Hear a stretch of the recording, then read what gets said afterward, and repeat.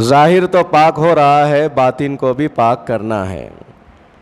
یہ رمضان کا مبارک مہینہ ہم کو ہر اس غلاظت سے جو ہمارے دل کے اندر ہو یا ہمارے دل کے باہر ہو، سب کو ختم کرنے کے لیے آیا ہے۔ یہ رمضان کا مبارک مہینہ، اس کے اندر جو ہے جو چیزوں کو پاک صاف کرنے کا حکم دیا جا رہا ہے وہ ہے ہمارے روزوں میں کمی بیشی جو ہوتی ہے اس کو پاک صاف کرنا ہے، ختم کرنا ہے۔ اب اس کو کیسے ختم کیا جائے گا؟ فرمایا گیا یہ جو فطرہ ہم دیتے ہیں اس کے ذریعے سے ہمارے جو روزے ہیں، ہماری جو عبادتیں ہیں، ہمارا جو اٹھنا بیٹھنا رمضان کے مبارک مہینے میں ہے، وہ سب کا سب اگر ان چیزوں کے اندر کچھ کمی بیشی ہو جاتی ہے، روزے میں اگر ہم سے کوئی گناہ سرزد ہو جاتا ہو، تلاوتوں میں کچھ غلطیاں ہو جاتی ہو، تراویح میں ٹھہرنے میں آداب کے خلاف کوئی کام ہو گیا ہو، بات چیت کے اندر زبان سے کچھ فحش باتیں اگر نکلی ہو، تو اللہ تبارک و تعالیٰ نے حکم دیا ہے کہ اللہ تبارک و تعالیٰ کی طرف سے یہ سارا نظام ہمارے سامنے رکھ دیا گیا ہے۔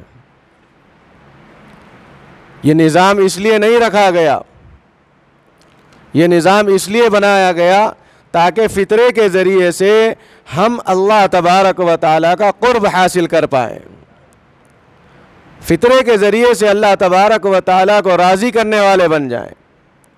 اور خاص طور پر فرمایا گیا اس فطرے کو ادا کرنے کے لیے بہت سے لوگوں کا یہ حال ہوتا ہے کہ فطرہ اللہ تبارک و تعالیٰ کو راضی کرنے کے لیے ہم دیتے ہیں، اور اسی فطرے کو ہم یہ تصور کر لیتے ہیں کہ بھائی اسٹیٹس کو نہیں دیکھا جاتا، ہمارے عہدے کو نہیں دیکھا جاتا، اور ہم یہ تصور کر لیتے نہیں بھائی گیہوں سے دینا ہے بس گیہوں سے دے دیں گے۔ ارے اللہ کے بندو، اللہ نے اگر استطاعت دیا ہے، اللہ تبارک و تعالیٰ نے ہم کو مال و دولت سے نوازا ہے، اللہ تبارک و تعالیٰ نے ہم کو جو ہے عزت سے نوازا ہے، تو ہمارے اوپر یہ ذمہ داری ہے کہ جب اللہ نے ہم کو مال و دولت دیا ہے، اللہ نے ہم کو صاحب ثروت بنایا ہے، اللہ تبارک و تعالیٰ نے لکھپتی کروڑ پتی بنایا ہے، تو ہم کیسے جو ہے گیہوں سے اپنا نصاب نکالیں گے؟ ہم کو چاہیے، اور اللہ کے نبی صلی اللہ علیہ وسلم کی سنت مبارکہ بھی آپ اپنے ذہنوں میں رکھیں، ہر آدمی اپنے اسٹیٹس کے حساب سے کام کرتا ہے۔ ہمارے آقا و مولا محمد رسول اللہ صلی اللہ علیہ وسلم امام الانبیاء ہیں۔ کون ہے؟ امام الانبیاء۔ تو اب نبی کیسے پیچھے رہ سکتے ہیں؟ اللہ کے نبی صلی اللہ علیہ وسلم نے کشمش کے ذریعے سے اپنا فطرہ نکالا، 2.5 کلو 3 کلو کے حساب سے۔ اب اس کی کتنی قیمت ہو گئی؟ اگر اس کی قیمت ہے 2,000 روپے 3,000 روپے، تو یہ نصاب اس لیے بنایا گیا تاکہ وہ لوگ جو ابھی بھی ہماری عید کی تیاریاں نہیں کر سکے، وہ اللہ کے بندے جو ابھی تک ہمارے ساتھ، وہ پڑوسی جو ابھی تک ہمارے ساتھ کل عید نہیں منا سکتا، ان لوگوں کا فائدہ ہو جائے، ان لوگوں کو اللہ تبارک و تعالی ان کا ساتھ دینے کے لیے، ان کی زندگی کو اچھی بنانے کے لیے، ان کی عید کو خوشیوں والی عید منانے کے لیے اللہ تبارک و تعالی نے نصاب بنایا ہے۔ اور جس طرح سے اس وقت حالات پیدا ہو رہے ہیں، ہر آدمی اچھا کھانا پسند کرتا ہے، ہر آدمی اچھا پہننا پسند کرتا ہے، ہر آدمی اللہ تبارک و تعالیٰ کے حساب سے اپنے آپ کو پیش کرنا چاہتا ہے، تو اس لیے فرمایا گیا کہ کشمش کے ذریعے سے اگر ہم وزن کرتے ہیں تو 3.5 کلو، اور ہمارے اس انڈیا کے اندر، ہندوستان کے اندر جو قیمت بتائی گئی ہے وہ 1,050 روپے اس کا فطرہ بنتا ہے۔ اگر گھر کے اندر 4 آدمی ہیں تو 4 آدمیوں کی طرف سے اگر فطرہ ہوتا ہے تو 4,200 روپے ہوتا ہے۔ یہ جو قیمت جو بنتی ہے، اس کے ذریعے سے ہمارا پڑوسی اگر عید کی خوشیوں میں وہ اپنے بچوں کو کچھ کپڑے خریدنا چاہتا ہے تو یہ ہمارے پیسوں سے وہ بھی خرید کر ہمارے ساتھ عید کی خوشیوں میں شامل ہو سکتا ہے۔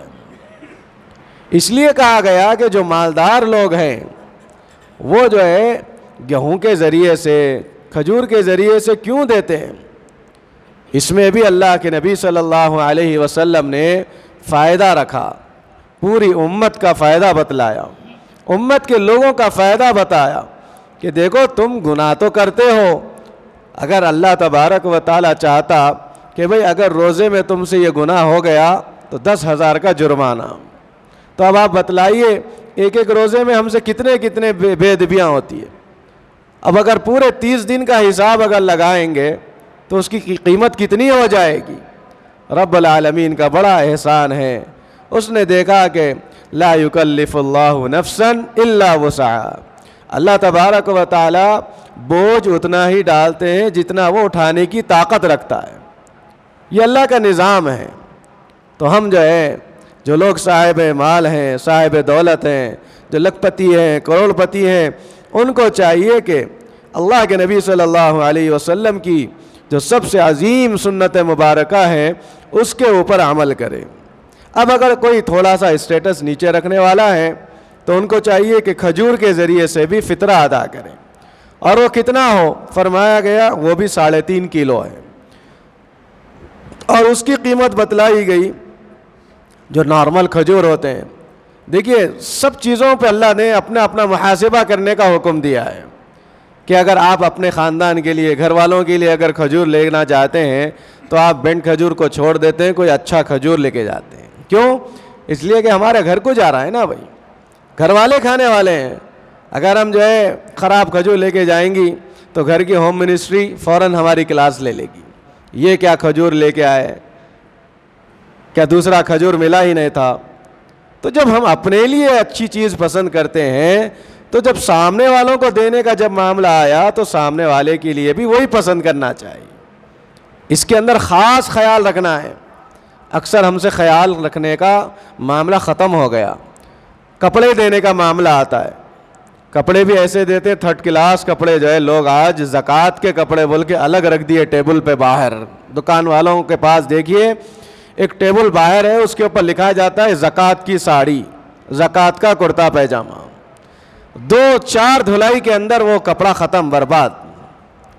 اللہ تبارک و تعالیٰ نے ایسے لوگوں کے اوپر وعید فرمائی کہ جو تم اپنے لیے پسند کرتے ہو وہ اپنے بھائی کے لیے بھی وہی پسند کیا کرو، پھر دیکھ لینا اللہ ہمارے جو ہے خزانوں میں برکتیں عطا فرمائے، اللہ ہمارے مال میں برکت عطا فرمائے، ہمارے رزق میں برکت عطا فرمائے۔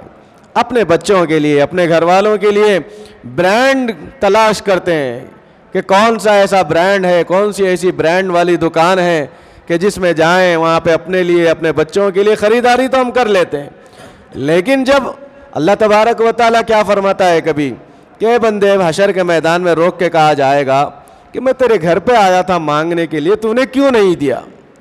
اب وہ اللہ کا بندہ پریشان ہو جائے گا، یا اللہ تو هو الغنی ہے، پوری دنیا کو دینے والا تو ہے، پورے دنیا کے زمین و آسمان کے خزانوں کی چابیاں یا اللہ تیرے ہاتھ میں ہیں، اور تو سوال کرنے کے لیے میرے گھر پہ آ گیا۔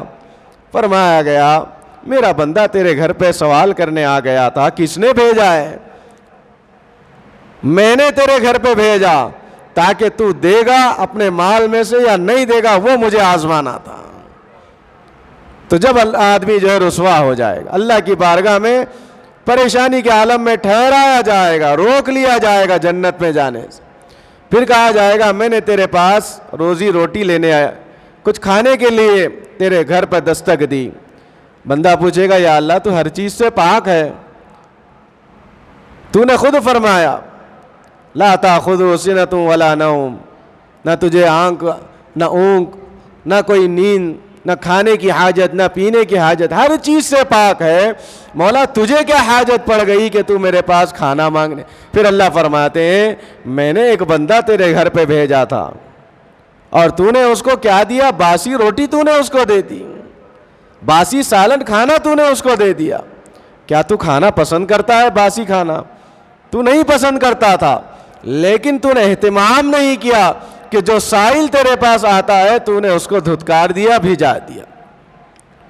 اسی لیے فرمایا گیا وَأَمَّا السَّائِلَ فَلَا تَنْهَرْ, کہ جب کبھی کوئی مستحق آدمی نظر آ جائے, جب کبھی کوئی مستحق آدمی فقیر ہمارے گھر پہ آ جائے تو سمجھ لینا چاہیے کہ اللہ کی طرف سے بھیجا ہوا ہے. اس وقت کے پروفیشنل فقیروں کی بات نہیں کر رہا ہوں میں, جو لائن لگا کے ہمارے گھروں پہ آ جاتے ہیں, نہیں, ان کو نہیں دینا ہے. وہ برا مان جائے کوئی بات نہیں, ان کے منہ پہ آپ بول دینا ہے کہ بھئی آپ اچھے ہٹے کٹے دکھ رہے ہیں, آپ جو ہے دینے کے قابل نہیں ہیں. اور خاص طور پہ فطرے کے اندر یہ غلطیاں ہم سے ہوتی ہے کہ مسجد کے پاس بہت سارے لوگ لائن بنا کے عید کی نماز کے پاس, مسجدوں میں عیدگاہوں کے پاس ٹھہرے ہوئے رہتے ہیں. آپ جو ہے ان کو بھی ہرگز جو ہے یہ اپنا فطرہ اور اس کا مال نہ دیں. وہ اس لیے میں کہہ رہا ہوں کہ ایک رات پہلے, ایک دن پہلے سے آپ تلاش کریں, ان لوگوں کا جو ہے نام نکالیں, ان کو ڈھونڈیں, اپنے دوست احباب سے پوچھیں اور خود معلوم کریں کہ بھئی آج جو ہے کل عید ہونے والی ہے, آج تک شاید کسی کے گھر میں عید کی تیاریاں نہیں ہوئی ہوگی. دیکھیے, جب اللہ کا بندہ جب دل سے کوئی کام کرنا چاہتا ہے نا, اللہ اس کو اس کے دروازے تک لے کے جاتا ہے. اور اگر کوئی کسی کے حوالے کر دیتا ہے کہ بھئی یہ میرا کام کر دینا, تو اس میں غلطی ہوتی ہے, اس میں وہ کام پائے تکمیل تک نہیں پہنچتا جو کام بندہ خود اپنی ذات سے کرتا ہو. تو یہ کام جو ہے ہمارے روزے کی زکوٰۃ ہے. فطرہ کس کو کہا جاتا ہے؟ ہمارے روزے کی زکوٰۃ ہے. جس طرح ہمارے مال کی زکوٰۃ ہے, ایسے ہی روزے کی زکوٰۃ یہ فطرہ ہے. اس کو چھوٹا موٹا ہرگز نہ سمجھیں, سب کو ادا کرنا ہے. اور یہ بھی کہا گیا کہ جو بچہ عید کی نماز سے پہلے بھی اس دنیا میں پیدا ہوتا ہے, آپ اس کے طرف سے بھی فطرہ دے دیں, کیونکہ اللہ تعالیٰ اس کی عمروں میں, اس کے آنے والے مہمان پر, آنے والے بندے پر اللہ رحم فرمائے, کرم فرمائے. تو فرمایا گیا اللہ کے نبی صلی اللہ علیہ وسلم کا جو معیار تھا, آپ امام الانبیاء ہیں, آپ خاتم الرسول ہیں, آپ کا اعلیٰ و عرفہ مقام ہے. اللہ کے نبی صلی اللہ علیہ وسلم نے کشمش دیتے ہوئے مالداروں کو اپنی طرف متوجہ کیا ہے کہ دیکھو تمہارا اسٹیٹس تو بڑا ہے اور تم یہ چھوٹی چیز پہ پڑے ہوئے ہو, میں نے جو کام کیا تھا وہ کام کر کے بتلاؤ اور اجر لیتے چلے جاؤ. اب جو تھوڑا سا درمیانی متوسط آدمی ہوتا ہے اسٹیٹس میں, اس کو فرمایا گیا کہ تم کھجور کے ذریعے سے اپنا مال اور اپنا فطرہ ادا کرو, کھجور کے نصاب کے ذریعے سے تم فطرہ جو ہے ادا کر دو. کیا فرمایا گیا؟ کھجور کے ذریعے سے 3.5 کلو, جس کی قیمت ہوتی ہے 600 روپے. اگر ایک آدمی کی طرف سے بھی 600 روپے نکالیں گے تو سامنے والے کا بہت فائدہ ہو جائے گا. آپ دیکھ لیجئے, وہ بھی جو ہے عید کی خوشیوں کے لیے کچھ جو ہے سیویاں لے پائے گا, گھر کے اندر کچھ ساز و سامان لائے گا, گھر کے اندر خوشیوں کا ماحول گھر میں پیدا ہو جائے. اب بعض لوگ کہتے ہیں کہ بھئی نہیں, ہم جو ہے سیویاں دیں گے, دودھ دیں گے. بھئی آپ اپنا اگر مال دے دیں گے تو وہ جو چاہے اپنے گھر والوں کے لیے, اپنے بچوں کے لیے خرید کے لا سکتا ہے. ہم نے بہت سے ایسے لوگوں کو چاند رات میں بھی دیکھا, اس انتظار میں رہتے ہیں کہ کہیں سے کچھ آ جائے تاکہ میں بازار سے اپنے بچوں کو جو ہے اچھے اچھے کپڑے لے کے آ جاؤں. یہ ہوا ہے میرے محترم.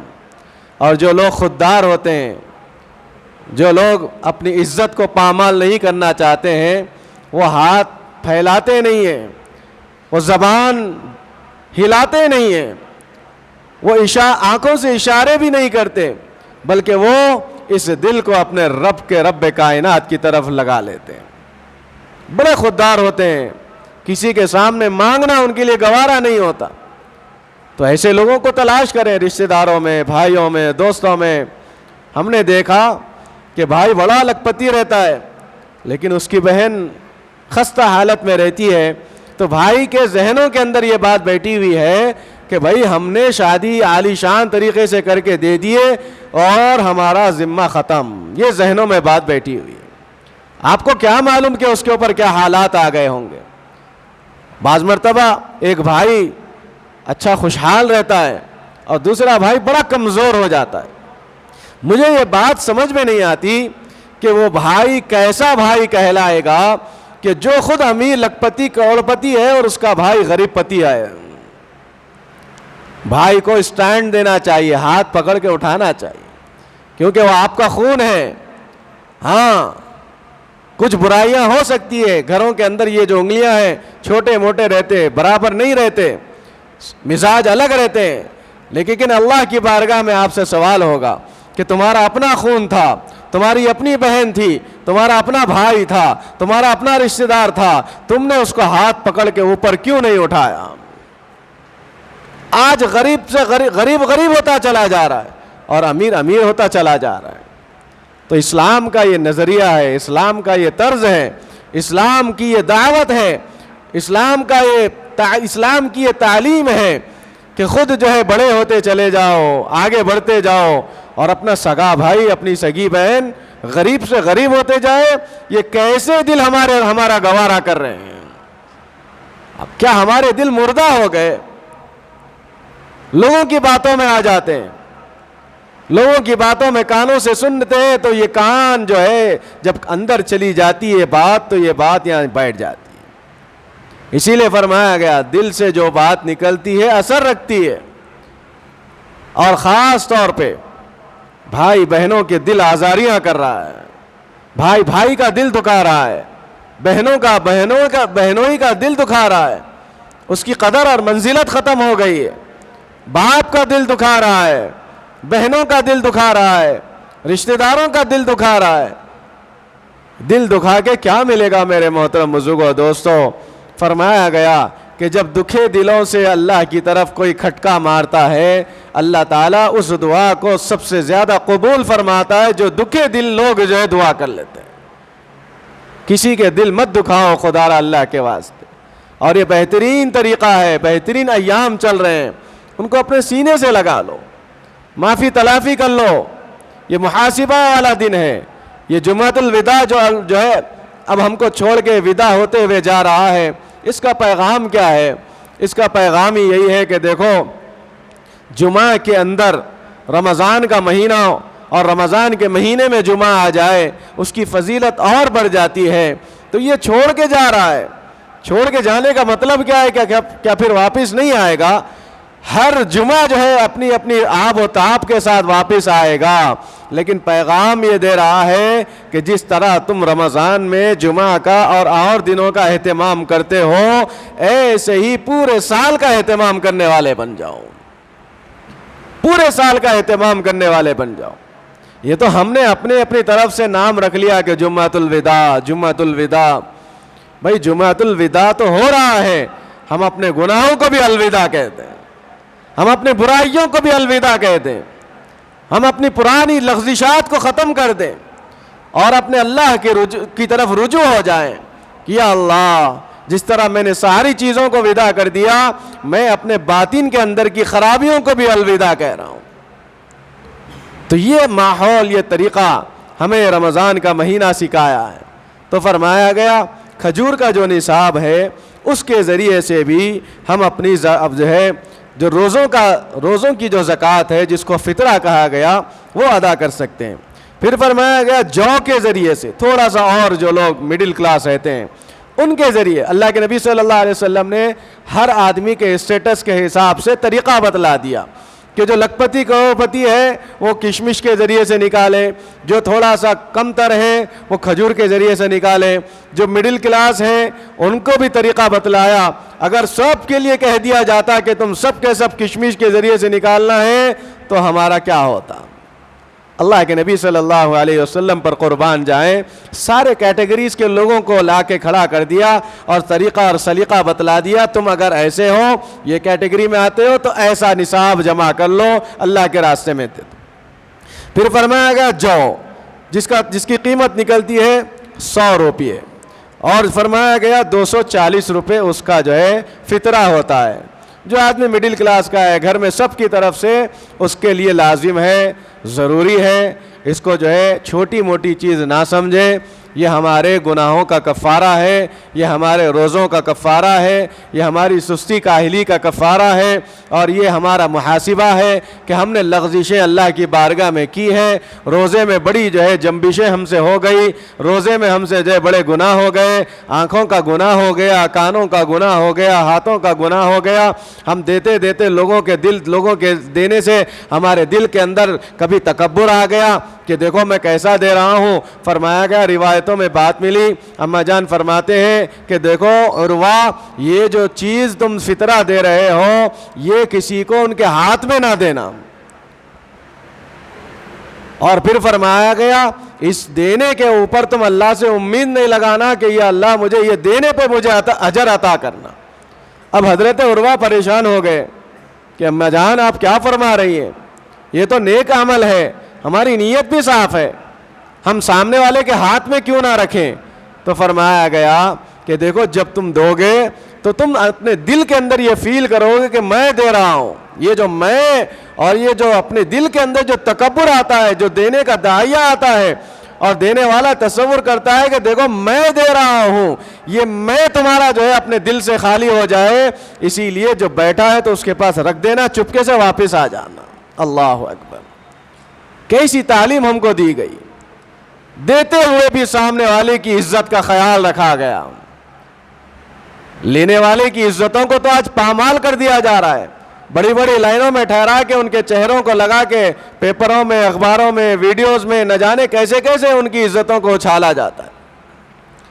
گزشتہ سال بھی میں نے کہا تھا، اس سال بھی کہہ رہا ہوں کہ یہ جو فاؤنڈیشن والے، این جی اوز والے اور جتنے بھی آرگنائزیشنز والے ہیں، ان سے میری گزارش ہے کہ ہماری ماں بہنوں کو جب آپ دے رہے ہو کم سے کم ان کے چہروں کو تو چھپا دو اللہ کے واسطے۔ ہمارے بھائیوں کو جب دے رہے ہو ان کے چہروں کو چھپا دو۔ میں اس لیے کہہ رہا ہوں کہ بہت سے لوگ شرمندگی کی وجہ سے جا کے لیتے نہیں ہیں، کیونکہ فاؤنڈیشن والے ہیں، ایک ساتھ بلا کے دینا پڑتا ہے، ان کی تھوڑی سی مجبوری ہے، ان کو بتانا پڑتا ہے، آڈٹ کے طور پہ رکھنا پڑتا ہے، لیکن آپ بتائیں تو خدا را کسی کے چہرے کو ظاہر نہ کریں اللہ کے واسطے، بڑا شرمندگی والا معاملہ ہوتا ہے۔ گزشتہ سال یہ بات دیکھنے کو ملی کہ کسی کے گھر کے اندر عید کے سامان نہیں آئے تھے، تو بعد میں پتہ چلا بازو پڑوسی کو، عید کی نماز کے بعد جب ان کو پتہ چلا تو جا کر جب ان سے خیر خیریت لینے گئی تو گھر میں بچیاں بیٹھے ہیں، گھر میں عورت ہے، شوہر نہیں ہے، بچیاں یتیم ہیں، بیوی بیوہ بیٹھی ہوئی ہے، اب وہ انتظار میں ہے۔ تو پوچھا گیا بیٹا بازو تھوڑا سا آگے کچھ تنظیم تھی، ان تنظیم والوں نے عید کا کٹ بانٹا ہے اور رات میں پورے لوگوں کو پہنچا ہے۔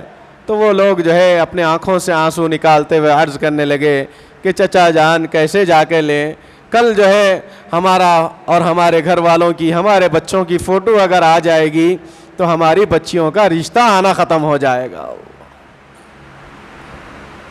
ہمارے بچوں کا رشتہ آنا ختم ہو جائے گا، ہم اپنی عزتوں سے ہاتھ دھو بیٹھیں گے۔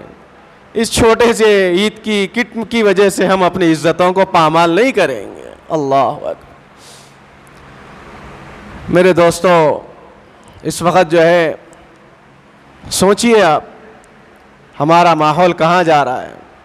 بہت سے خوددار لوگ ہیں جو ہاتھ آگے نہیں بڑھاتے، سوال نہیں کرتے۔ جمعۃ الوداع کا پیغام ہی یہی ہے، اپنے لوگوں کا خیال کرو، اپنے پڑوسیوں کا خیال کرو، اپنے رشتہ داروں کا خیال کرو۔ رمضان کا مہینہ بھی یہی پیغام دے رہا ہے کہ جس طرح اللہ نے تمہارا انعام اکرام کیا، ایسے ہی تم اللہ کے بندوں کا انعام و اکرام کرو۔ اللہ تبارک و تعالیٰ نے جو نعمتیں ہم کو رمضان میں عطا فرمائی، وہ نعمتوں کا ظہور تم اپنے بھائیوں کے ساتھ شیئر کرو۔ جو کپڑا تم پہنتے ہو اسی طرح کا کپڑا سامنے والے کو دو، جو کھانا تم کھاتے ہو اسی طرح سے تم سامنے والے کو کھانا دو، جو پیسہ جس طرح تم استعمال کرتے ہو ایسے ہی سامنے والے کی مدد کر لیا کرو، پھر دیکھ لینا تمہاری زندگیوں میں برکتوں والا معاملہ آ جائے گا، دنیا بھی بنے گی اور آخرت میں بھی کامیابی کا ضامن ہم کو مل جائے گا۔ اور ایک بات کہ یہ جو پروفیشنل فقیر ہیں، گزشتہ جمعہ میں بھی میں نے کہا کہ خدا را اللہ کے واسطے آپ تھوڑا سا اپنا وقت نکالیں. جس طرح سے ہم کپڑے ڈھونڈنے کے لیے وقت نکالتے ہیں, سامان لینے کے لیے وقت نکالتے ہیں, یہ ہمارے روزے کی زکوٰۃ ہے.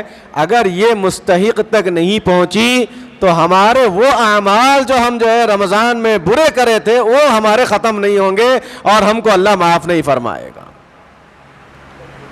خاص طور پر آپ دیکھ لیجئے, اس کے اوپر ہم کو تھوڑی سی مشقت اٹھانی پڑے گی. تھوڑا ٹھہر جائیں, میں اعلان کروں گا. اس کے اوپر اللہ تبارک و تعالیٰ پوچھے گا کل. کیا پوچھے گا؟ مال تو تم نے دیا تھا لیکن کس کے حوالے کیا تھا؟ ان لوگوں کے حوالے کیا جو ہمیں پہلے سے ہی صاحب نصاب ہیں, ان لوگوں کے حوالے کیا جو کھاتے پیتے گھرانے والے ہیں.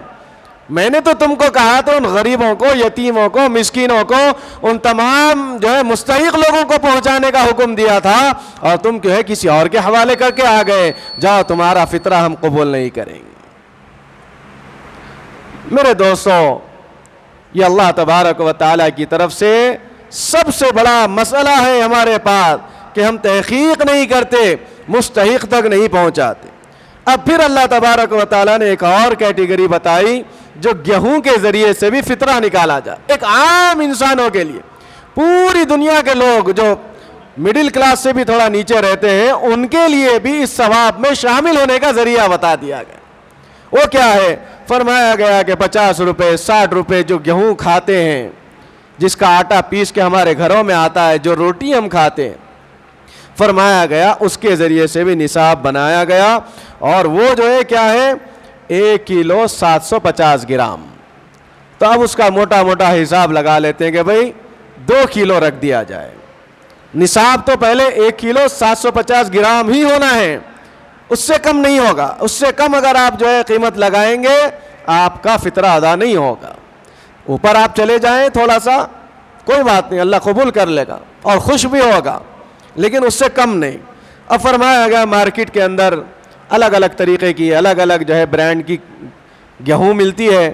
آپ جو کھاتے ہیں, جس طرح سے آپ کھاتے ہیں, فرمایا گیا اس وقت کلو کے حساب سے بھی اگر آٹا لگا لیا جائے تو کیا قیمت ہوتی ہے. موٹا حساب رکھ دیا گیا کہ 90 روپے سے لے کے 120 روپے کے درمیان اس کا نصاب آ گیا. 60 روپے کلو والی لو تو بھی نصاب آ گیا, یا 50 روپے والی بھی لو, اس کا بھی نصاب آ گیا. لیکن خدا نہ اللہ کے واسطے سب لوگ یہ کوشش کریں کہ ہم اپنی جانب سے اپنے روزوں کی زکوٰۃ عید کی نماز سے پہلے ضرور ضرور ادا کریں گے انشاءاللہ ثم انشاءاللہ.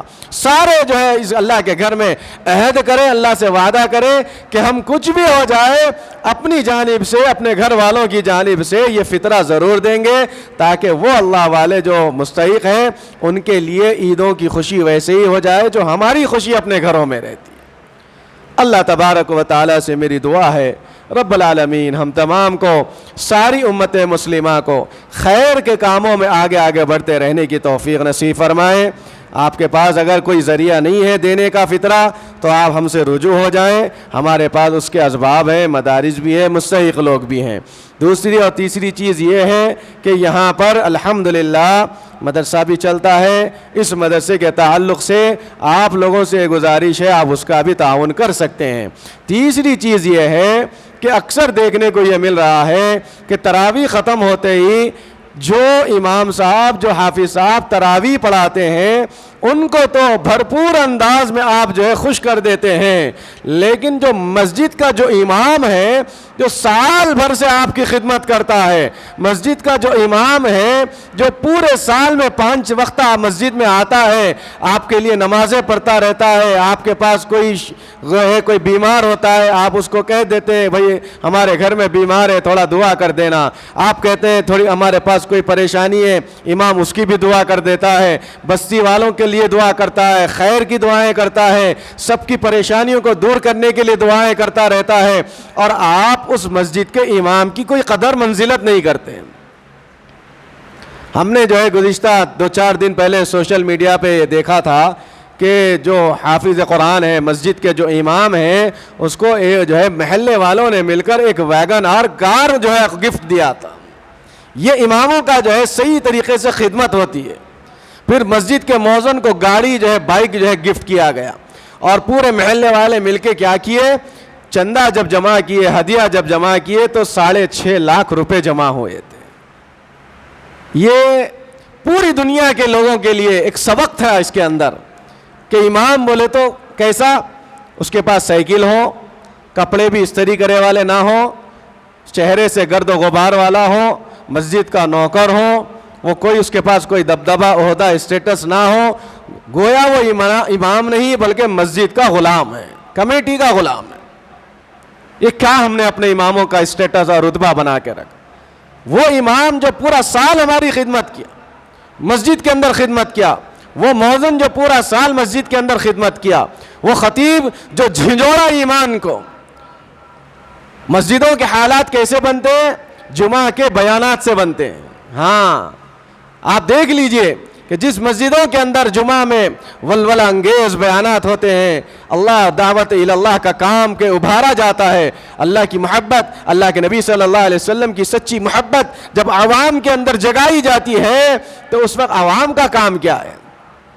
امام خطیب تو وہ تو اس وقت کا خلیفہ ہونا تھا، اس کا اسٹیٹس مرتبہ تو ویسا ہونا تھا۔ اب عرب کنٹریز کے اندر دیکھ لیجئے کیسے تھے اس کے حالات، ان لوگوں نے بتایا کہ امام کا مرتبہ کیا ہوتا ہے۔ بڑی بڑی گاڑیاں، مرسڈیز اور بڑے بڑے برانڈ والی گاڑیاں اس کو دی جاتی ہے، بڑا عالی شان گھر اس کو دیا جاتا ہے، بڑی جو ہے بہترین انداز میں اس کی سیلری ہوتی ہے۔ جب یہ ہم کام کر لیں گے پھر آپ دیکھ لینا، امام جب ہاتھ اٹھا کر دعا کرے گا اس کے اندر اخلاص آئے گا، اس کے اندر خشوع آئے گا، اس کے اندر للہیت آئے گی، اس کے اندر تقوی پرہیزگاری آئے گی۔ امام جو ہے اللہ اکبر کر کے جو ہے نماز پڑھا رہا ہے، اس کے گھر کے حالات اسے یاد آ رہے ہیں، گھر کا راشن اس کو ستاتا ہے، گھر کے بچوں کی بیماریاں اس کو ستاتی ہے، گھر کے اندر بیوی کے حالات اس کے سامنے ہیں، اس کے پاس جو ہے اس کی معاشی تنگی اس کے پاس موجود ہے، تو اب آپ بتلائیے وہ نماز پڑھاتے ہوئے اپنی معاشی زندگی کو جو ہے اس کا ذہن وہاں چلا جائے گا۔ میں اپیل کر رہا ہوں پوری دنیا کے لوگوں سے، ہمارے ریاست کے لوگوں سے، ہمارے شہر کے لوگوں سے، ہمارے بستی کے لوگوں سے، آپ اپنے اماموں کو مضبوط بنائیں، آپ اپنے خطیب حضرات کا ساتھ دیں، ان کے ساتھ شانہ بشانہ چلیں، ان کو سپورٹ کریں، آپ ان کے پاس آئیں، ان سے رجوع ہوتے رہیں، ان کو جو ہے اپنے دکھڑے بھی سنائیں، ان سے مسائل پر بات بھی کریں اور ان سے دوستانہ ماحول قائم کر لیں۔ ایسا نہ ہو کہ بھئی وہ خطیب صاحب تو ملتے ہی نہیں، آپ جائیں گے، ملیں گے، مصافحہ کریں گے تو خطیب صاحب وقت دیں گے۔ آپ گوگل مولانا کو استعمال کر رہے ہیں، مسائل ہیں تو علماء سے رجوع ہو جائیں، علماء سے تعلق جوڑیں۔ آج ختم نبوت کے عنوان سے بہت جگہ دیکھنے کو ملا کہ شکیل بن حنیف، فیاضی فتنہ، انجینئر والا فتنہ، اور جو ہے غامدی والا فتنہ، اور نہ جانے کیسے کیسے فتنے ہمارے نوجوان بچوں کے ذہنوں کو خراب کر دیا جاتا، اور بچے جو ہے موبائل پہ دیکھتے ہوئے سوال پوچھ رہے ہیں، وہ اسی طرح کا جواب دے رہا ہے جو یہودیوں نے، نصرانیوں نے اس کے اندر فٹ کر دیا ہے۔ حدیث آپ کو وہی بتایا جائے گا لیکن حدیث کے اندر توڑ مڑوڑ کے پیش کر دیا جاتا ہے، ہمیں پتہ ہی نہیں چلتا۔ بہرکیف یہ الگ ٹاپک پہ ہم جا رہے ہیں، تو اپنے اماموں کا، اپنے خطیب حضرات کا اور اپنے جو ہے مؤذنین کا خیال رکھیں، ان کے اسٹیٹس کو بڑھائیں، ان کے عہدے کو بڑھائیں، ان کی زندگی کے حالات کو دیکھیں کہ ہم اپنے بچوں کے لیے پریشان ہوتے ہیں، اپنے بچوں کی پڑھائی کی فیس بھی اس کی فکر ہم کو رہتی ہے، تو کیا امام خطیب اور جو ہے مؤذن کے بچوں کی فکر نہیں کرنی ہے؟ جب وہ پورے محلے کے لوگوں کے لیے دعا کرتا ہے، پورے محلے کے لوگوں کے لیے ان کے جو ہے جو پریشانیاں آتی ہے پریشانیوں کو ختم کرنے کی دعا کرتا ہے، سب کو جو ہے شفا کے لیے دعا کرتا ہے، سب کی معاشی زندگی کو سدھارنے کے لیے دعا کرتا ہے، تو محلے والوں نے کیا دیا امام خطیب اور مؤذن کو؟ محلے والوں کی بھی ذمہ داری ہے، ان کو بھی چاہیے بند مٹھی کام کر لیں، آپ دکھائیں مت، آپ جس طرح سے چاہے اپنے امام خطیب اور مؤذن کا تعاون کر سکتے ہیں، ضروری نہیں ہے کہ آپ ابھی دیں، آپ اس کے بچوں کی کفالت کر سکتے ہیں، ان کے بچوں کی فیس کی کفالت لے لیں، پھر دیکھ لینا امام آپ کے لیے کیسی دعائیں دے گا، خطیب کیسی دعائیں دے گا، مؤذن دل سے دعا کرے۔ اللہ تبارک و تعالیٰ سے میری دعا ہے کہ ہم تمام کے رمضان کے روزوں کو قبول فرمائے، جو کچھ بھی اس کے اندر خرابیاں پیدا ہوئی ہے اس کو معاف فرمائے، ہمارے فطرے کو قبول فرمائے، ہماری زکوٰۃ کو قبول فرمائے۔ مولا کریم مرنے سے پہلے ہم تمام کو کلمہ نصیب فرمائے۔ وصلی اللہ تعالی علی النبی الکریم والحمد للہ رب العالمین۔